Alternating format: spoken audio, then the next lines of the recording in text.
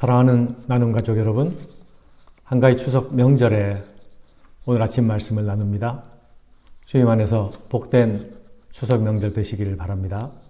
오늘 말씀은 고린도서 4장 16절부터 연결되어 있는 단락 속에 위치해 있습니다. 바울 사도는 그리스도인을 보배의 질그릇 안에 보배를 가진 자라고 말했지요. 그리스도인이 가진 복음은 우리의 존재와 가치를 완전히 새로운 차원으로 변화시켰습니다. 우리는 완전히 새로운 신분을 가진 것이죠. 하나님께서 그리스도를 통해서 우리 안에 이루시기 원하시는 새 창조의 역사가 우리 안에 일어났습니다. 사실 질그릇 자체로 말하자면 별로 대단한 것도 자랑스러운 것도 아닙니다. 그러나 그 그릇 안에 담긴 내용을 보자면 그것은 실로 대단하고 엄청난 것입니다. 변화나 개혁 정도가 아니라 완전한 새 창조입니다. 우리 안에 담긴 보배가 무엇입니까? 그것은 바로 예수 그리스도시죠. 그리스도 안에 있는 복음은 우리 안에서 지금 살아서 역사하는 생명의 복음입니다. 이 보배가 질그릇에 불과한 우리를 완전히 새로운 차원으로 옮겨 놓습니다. 우리의 존재는 이제 더 이상 겉사람으로만 평가될 수 있는 존재가 아닙니다. 우리 안에 있는 생명의 복음이 우리 속사람을 날마다 새롭게 하고 있기 때문이죠. 질그릇으로만 존재할 때에는 우리는 현재 아래 갇힌 존재일 수밖에 없었습니다. 그러나 우리 안에 있는 생명의 복음은, 우리 안에 있는 예수 그리스도는 우리 인생에게 완전히 닫혀있던 미래를 활짝 열어주셨습니다. 그래서 우리는 미래에 대해서 이제 자신 있게 말할 수 있습니다. 소망에 대해서도 자신 있게 말할 수 있습니다. 미래와 소망은 하나님께서 그리스도를 통해 우리에게 주신 선물입니다. 그러므로 그리스도인은 질그릇으로 인한 탄식에 이제 더 이상 매이지 않을 수 있는 자들이 되었습니다. 우리 인생들이 매여 있는 탄식의 내용들이 무엇입니까? 그것은 우리의 육체가 뚜렷한 시간의 한계 속에 속박되어 있다는 것이 아닙니까? 아무리 강건한 사람이라도 이 육체의 한계를 이겨낼 수 있는 자들이 없습니다.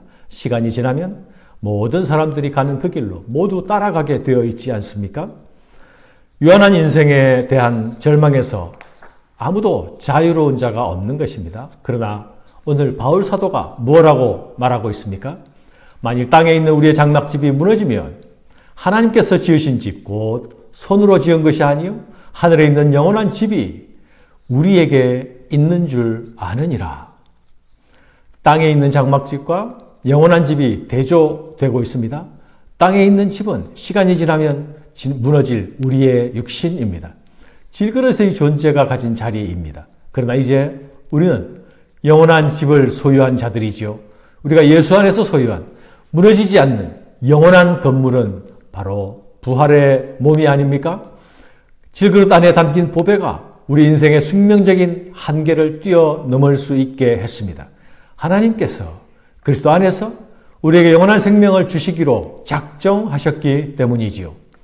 사랑하는 여러분, 하나님은 그리스도 안에 있는 부활의 생명을 예수의 부활로 우리에게 보여주셨습니다. 그리고 그 생명을 이제 그리스도 예수께 속한 자들, 연합한 자들에게 주십니다.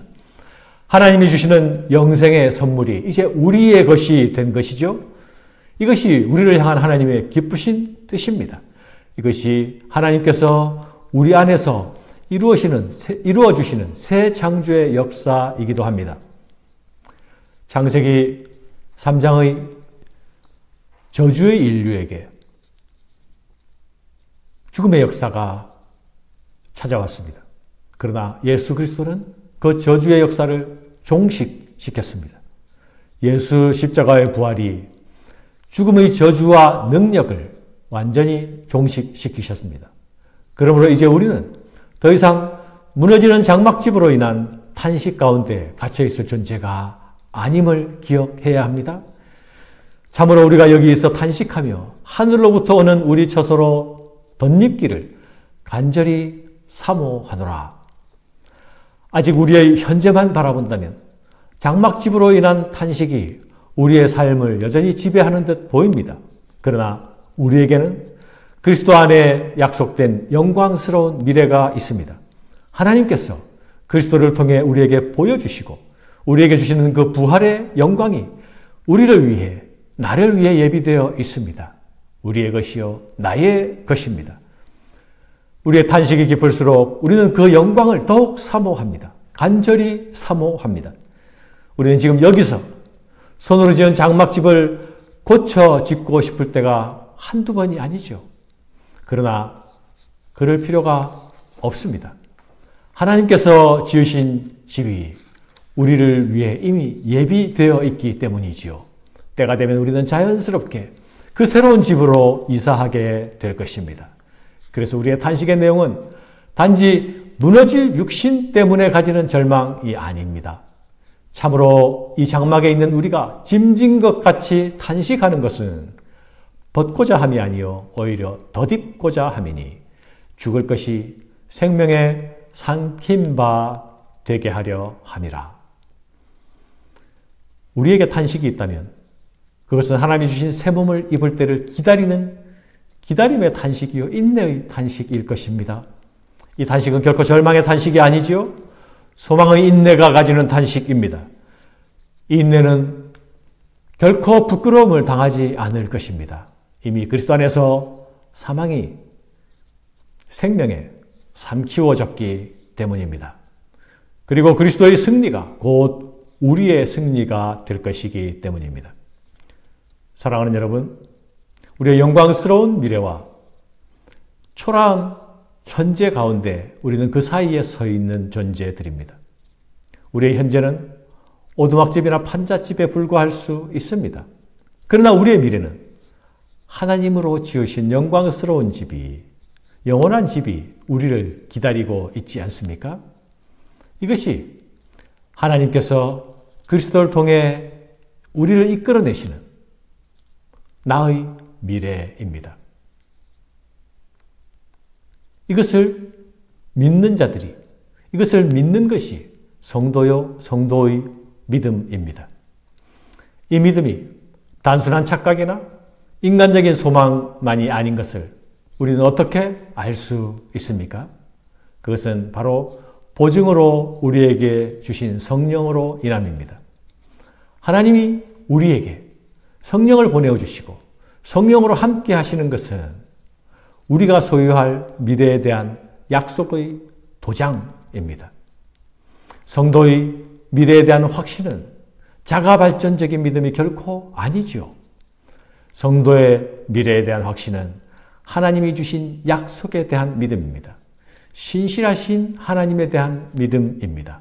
우리는 이 미래를 믿음으로 소유합니다. 창세기 묵상에서 야곱과 요셉은 풍요한 애굽 땅에 묻히길 원하지 않았습니다. 그것은 그들이 믿음으로 소유한 약속의 미래를 자신의 것으로 소유하고 있었기 때문이지요. 이 믿음은 약속의 미래를 현재의 풍요와 저울질하지 않았습니다. 이것은 성도가 가진 신실하신 하나님에 대한 확신이며 또한 그 신실하신 하나님에 대한 자랑이기도 합니다. 사랑하는 여러분, 성도는 이 확신과 자랑 가운데 살아가는 사람들입니다. 그래서 바울은 이렇게 말합니다. 우리가 담대하여 원하는 바는 차라리 몸을 떠나 주와 함께 있는 그것이라. 그런즉 우리는 몸으로 있든지 떠나든지 주를 기쁘시게 하는 자가 되기를 힘쓰노라. 이제 우리는 더 이상 무너지는 장막에 매여서 단식하고 있을 자들이 아니지요. 이제 우리는 더 이상 죽음을 두려워하는 자들도 아닙니다. 오히려 우리는 죽음조차도 기다려집니다. 새로운 집, 영원한 집이 나의 것, 우리의 것이 되었기 때문이죠. 그래서 성도의 현재는 이제 더 이상 살고 죽는 문제로 매여 있을 수 없는 현재요 오늘입니다. 그것은 이미 예수 안에서 해결된 문제입니다. 성도의 현재는 내가 어찌하면 주를 기쁘게 할 수 있을까? 이것이 우리의 고민과 우리의 소원의 내용이 되어야 합니다. 이것이 오늘 우리의 애씀과 힘씀의 분투의 내용이 되어야 합니다. 추석 명절 아침입니다. 살아있는 자들이 함께 만나 복된 교제를 누리는 날이지요. 그러나 먼저 떠난 성도들이, 먼저 떠난 부모들을 또한 기억하는 날이기도 합니다. 추석날 아침 우리 성도들은 우리는 이미 생사의 문제가 해결된 존재임을 인하여서 감사와 찬양이 있는 아침이 되기를 바랍니다. 또한 오늘도 우리는 주를 기쁘시게 하기 위한 애씀과 힘씀이 오늘을 주신 이 하루를 더욱 복되게 하는 아침이 되기를 주님의 이름으로 축원합니다. 감사합니다.